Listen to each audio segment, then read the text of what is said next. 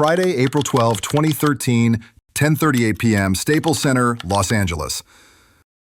The Lakers are locked in a tight 118-116 battle against the Golden State Warriors, fighting for a playoff spot. Kobe Bryant, the Black Mamba, drives left past Harrison Barnes, a move he's done a million times. But this time, as he plants his left foot, a sharp pop echoes through his body. He stumbles, grabs his heel, and collapses to the court. The crowd goes silent. Kobe, grimacing in pain, somehow limps to the free throw line and sinks 2 shots before hobbling off. The diagnosis comes fast: a complete tear of his Achilles tendon. At 34, with 17 NBA seasons behind him, this could end his career. How did one routine move bring down a legend? And could he ever come back from an injury that's a death sentence for most athletes? The answers would reveal a story far more complex and inspiring than anyone expected. Let's rewind to early 2013. The Los Angeles Lakers are clawing for a playoff spot, and Kobe Bryant, the Black Mamba, is carrying them on his back. At 34, he's logging a grueling 46 minutes a game over a brutal 7-game stretch. His stat line? A jaw-dropping 28.9 points, 8.4 assists, 7.3 rebounds, 2.1 steals, and a block per game. He's a one-man army, but his body's paying the price. Earlier that night, against the Warriors, he hyperextends his left knee, a warning sign ignored in the heat of battle. The Achilles tendon, that thick cord connecting calf to heel, the engine for every explosive dunk and crossover, is fraying under 17 years of NBA wear. Each sprint, each jump, is a ticking time bomb. After that fateful drive against Harrison Barnes, when the pop drops him to the court, trainers swarm. Kobe, wincing, tells them it felt like someone kicked me. The locker room grows tense as they whisk him for an MRI. The scan reveals the worst: a grade 3 rupture, a complete tear of the Achilles. Experts chime in. Over a third of NBA players with this injury never play again. It's a career killer. Fans flood social media, speculating, was it the insane menace, his age, or just cruel luck? Analysts debate fiercely on ESPN. Kobe's legacy, 5 championships, an MVP, a scoring legend, hangs in the balance. One wrong move, and the Mamba's done. As he's wheeled towards surgery the next day, April 13th, 2013, Kobe posts on Facebook at 3:36 a.m., raw and unfiltered: "If you see me in a fight with a bear, pray for the bear." It's pure defiance, the Mamba mentality. But is that enough to beat an injury that's ended lesser men? Or is this the end of Kobe's reign? April 13, 2013. Less than 24 hours after Kobe Bryant's Achilles snapped, he's on an operating table at Kerlan-Jobe Orthopedic Clinic. Dr. Neil L. Atrosh and Dr. Stephen Lombardo, top surgeons in sports medicine, face a daunting task: stitching a completely torn Achilles tendon. It's like sewing a frayed rope while it's still under tension. One wrong move and the repair fails. The procedure takes hours, reattaching the shredded cord that powers Kobe's explosive game. The prognosis? 6 to 9 months of recovery, but the real kicker? Full return to elite performance is a long shot.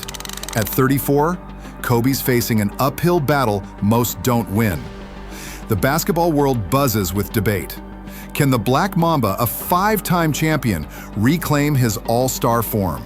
Lakers teammate Pau Gasol marvels at Kobe's relentless drive, saying he's never seen grit like it. But medical experts aren't so sure. Studies paint a grim picture. Achilles tears often rob athletes of speed and explosiveness, Kobe's bread and butter. Over a third of NBA players with this injury never return. Fans flood X, arguing, can his willpower defy biology? Meanwhile, Kobe begins rehab, starting with the Price method: Protection, rest, ice, compression, elevation, to tame swelling and prevent muscle loss. Every ice pack, every compression wrap is a step toward his comeback, but the clock's ticking. The stakes couldn't be higher. A failed recovery could end Kobe's legacy as one of the greatest. Skeptics say his body's betrayed him, worn down by 17 seasons. Yet whispers of hope emerge. Cutting-edge tools like the AlterG anti-gravity treadmill and platelet-rich plasma therapy might give him an edge. Could these innovations rewrite the script for a miracle comeback? Or is Kobe fighting a losing battle against his own body, doomed to fall short? The road back is brutal, but Kobe Bryant's not flinching. By May 30, 2013, he ditches his walking boot, tweeting about a Nike medical Mamba shoe designed with extra heel lift to protect his healing Achilles. In June, he's cautious, prioritizing tendon recovery over rush training, knowing one wrong step could unravel everything. By August, Kobe's on the AlterG anti-gravity treadmill, a high-tech marvel that cuts his body weight, letting him run without stressing the fragile tendon. Every stride is calculated, every session a battle. October takes him to Germany for platelet-rich plasma therapy, where doctors inject concentrated platelets into his knee and Achilles to speed healing. The Mamba's betting on science and willpower. Then a bombshell. November 16, 2013, just 7 months post-injury, Kobe returns to Lakers practice. Teammate Pau Gasol is stunned, saying, "He did moves I didn't expect so soon." Kobe's cutting, shooting, defying predictions. On November 18, he's cleared for full basketball activity, an 8-month recovery, faster than the typical 9 to 12. But here's the twist. Experts sound alarms. Rushing back after a grade 3 Achilles tear risks re-injury or new damage, like stress fractures or knee issues. Kobe's drive, his Mamba mentality, is legendary. But is he tempting fate?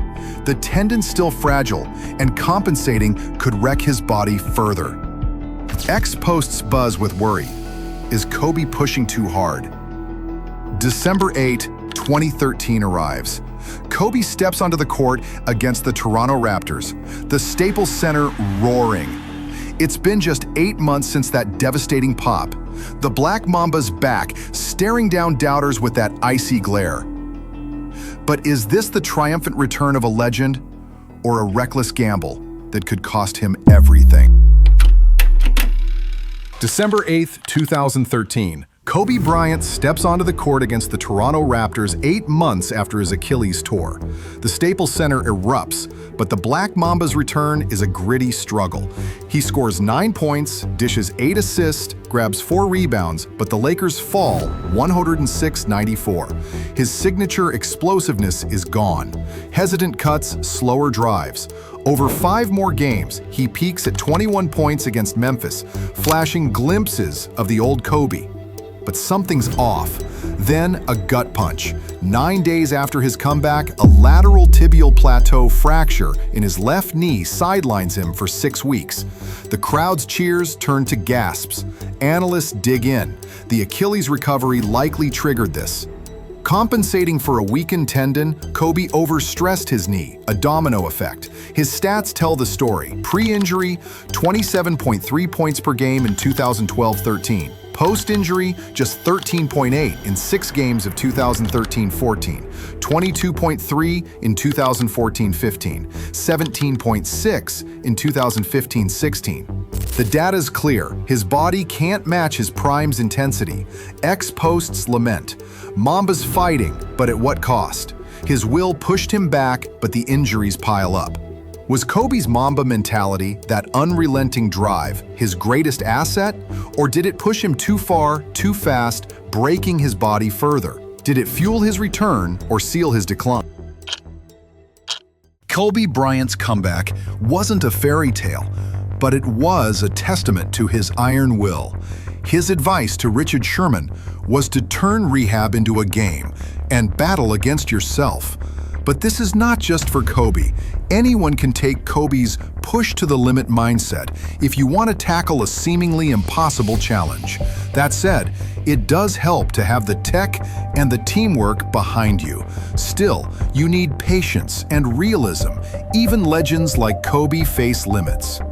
Few people make it through the comeback clinic, but everyone's journey comes to an end at some point.